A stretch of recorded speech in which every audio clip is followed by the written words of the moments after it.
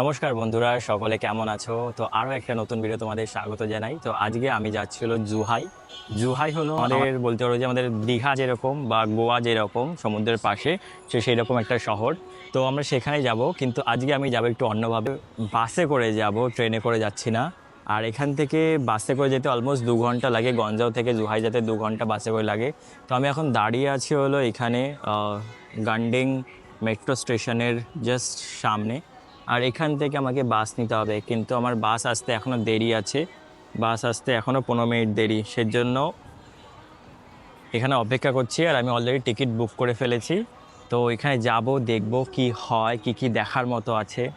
জুহাইকে specially বলা হয় city of love, China city of love, কারণ এখানে সমুদ্র সৈকত আছে ঘোরার জন্য। মানে পুরো হয় না, বিচ টাইপের ভাইব আছে। তো ওইখানে যাব, দেখব। তো তোমরা আমার সাথে থাকো, আর আমি তোমাদেরকে বাসের জার্নি থেকে শুরু করে জুহাই পর্যন্ত আর জুহাই যা যা আছে সব দেখানোর চেষ্টা করব। তো এই যে আমাদের বাস চলে এসছে। আর এই বাসে আগের থেকে আমি রিজার্ভ করে রেখেছিলাম টিকিট।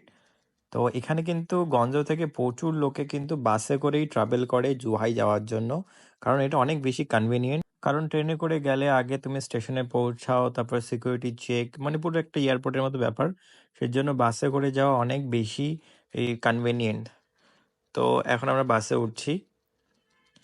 আর বাসটা কিন্তু খুব সুন্দরই লাক্সারিয়াস বাসের মতোই। তবে এটা হলো স্লিপার বাস না, এটা জাস্ট সিটিং বাস। জাস্ট 2 ঘন্টার মতো টাইম লাগবে আমাদেরকে পৌঁছাতে জুহাইয়ে। এখন না আমাদের বাস ছেড়ে দিয়েছে, এখন আমরা বেরোচ্ছি, কিন্তু রাস্তা অনেক ট্রাফিক রয়েছে। আর বাসটা দেখতে এরকম।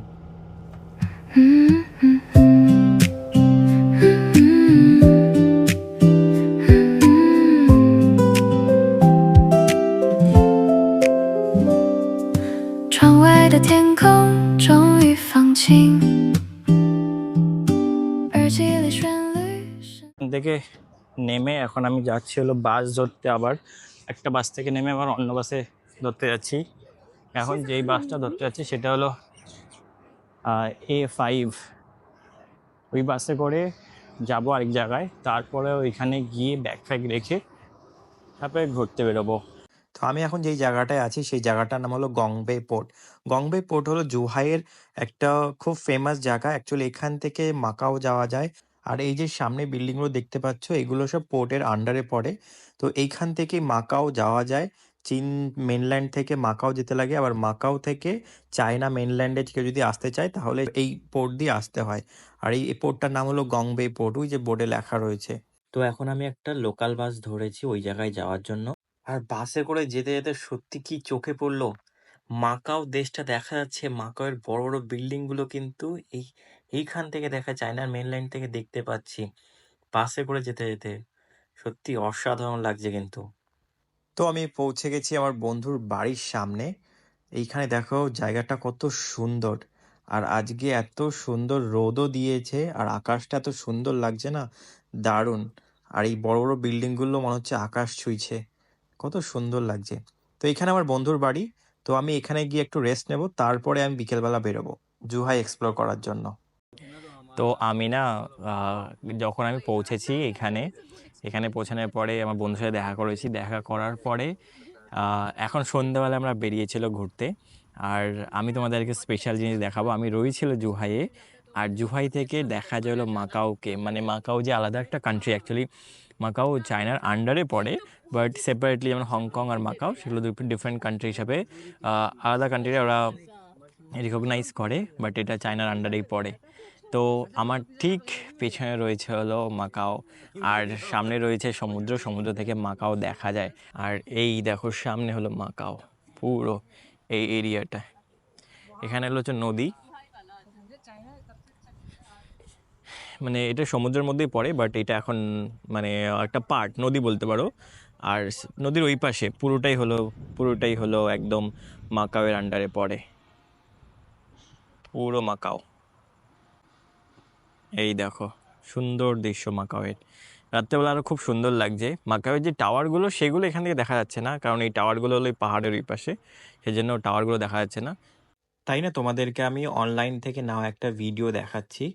দেখো কত সুন্দর মাকাও।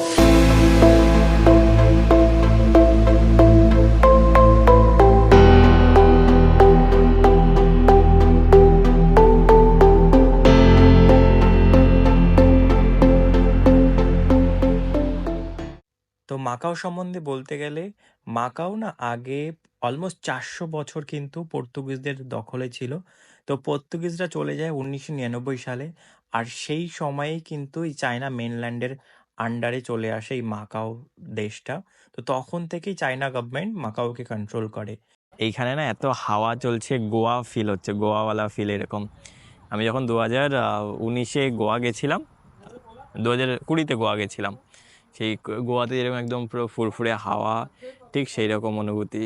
আর এখানে পিছনে যখন কান্ট্রি, আলাদা একটা কান্ট্রি দেখতে পাচ্ছি এখান থেকে, খুব সুন্দর লাগছে।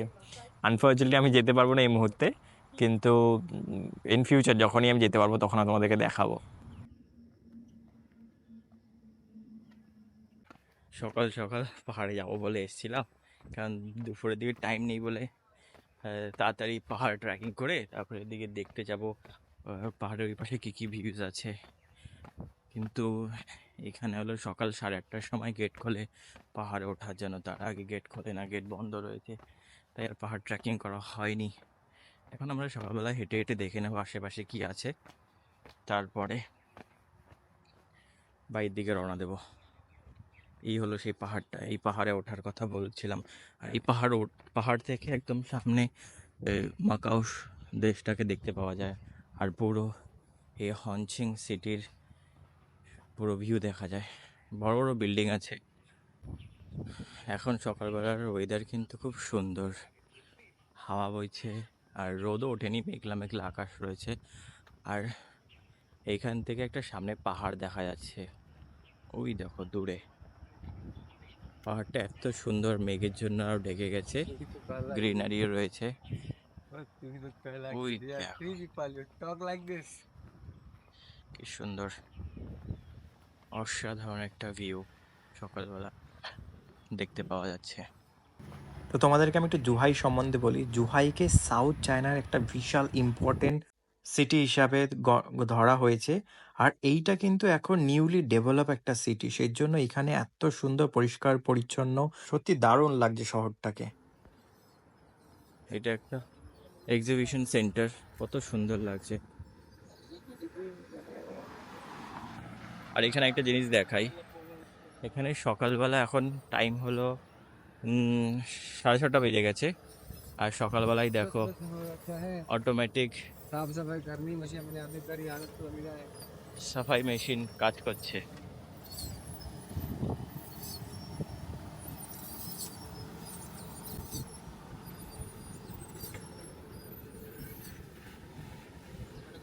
হ্যাঁ,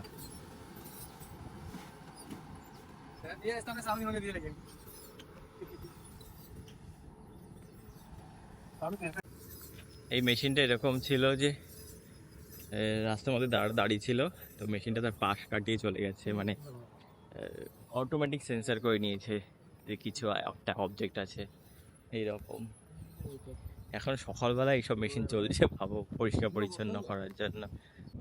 তো আমি যেটা বলছিলাম, দেখো এটা কত সুন্দর একটা বিল্ডিং। আর এই বিল্ডিংটার সামনেই দেখো এই পাহাড়টা, এত সুন্দর লাগছে না, পাহাড়ে সুন্দর করে মেঘ, দারুণ লাগছে। আর এখানে সুন্দর সুন্দর খেজুর গাছও রয়েছে, কিন্তু তোমাদের একটা স্লোমো ভিডিওর মাধ্যমে দেখাই।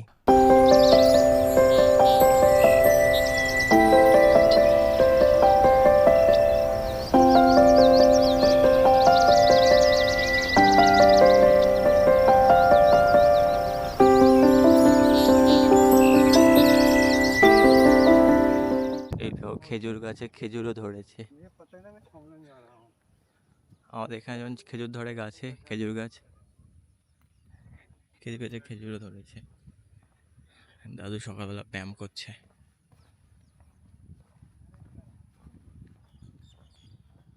এখানকার বিল্ডিংটা দেখো, আলাদাই ডিজাইনের।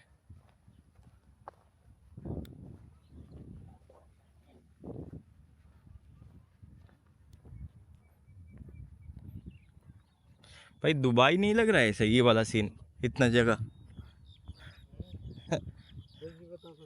Mini Dubai. আমার পিছনের ব্যাকগ্রাউন্ড দেখে মনে হচ্ছে যে আমি হয়তো দুবাই চলে এসেছি, এত খেজুর গাছ আর ওই রকম মানে স্টাইলের বিল্ডিং পিছনে দেখতে পাচ্ছ, হয়তো মনে হচ্ছে দুবাই চলে এসেছি। দুবাইয়ে ভিডিও ভিডিও দেখতে পাওয়া যায়, যেখানে প্রচুর খেজুর গাছ রয়েছে আর বিল্ডিংগুলো একটু কাচের বিল্ডিং হয়, সেই রকম মনে হচ্ছে মিনি দুবাই। সত্যি বলতে খুব মিষ্টি একটা শহর। সকালবেলায় কিন্তু সুন্দর হাওয়া চলছে, সাথে হালকা গরমও লাগছে, হিউমিডিটি রয়েছে। আর এখানে একটা নদী গেছে পাশ দিয়ে। এখানে এটা একটা লোকাল বাস এখানকার।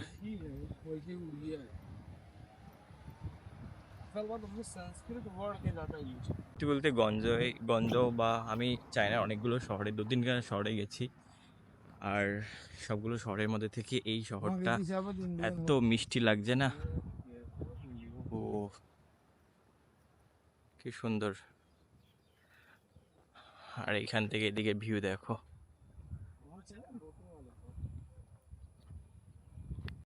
তো এই ভিডিওতে এইটুকুই।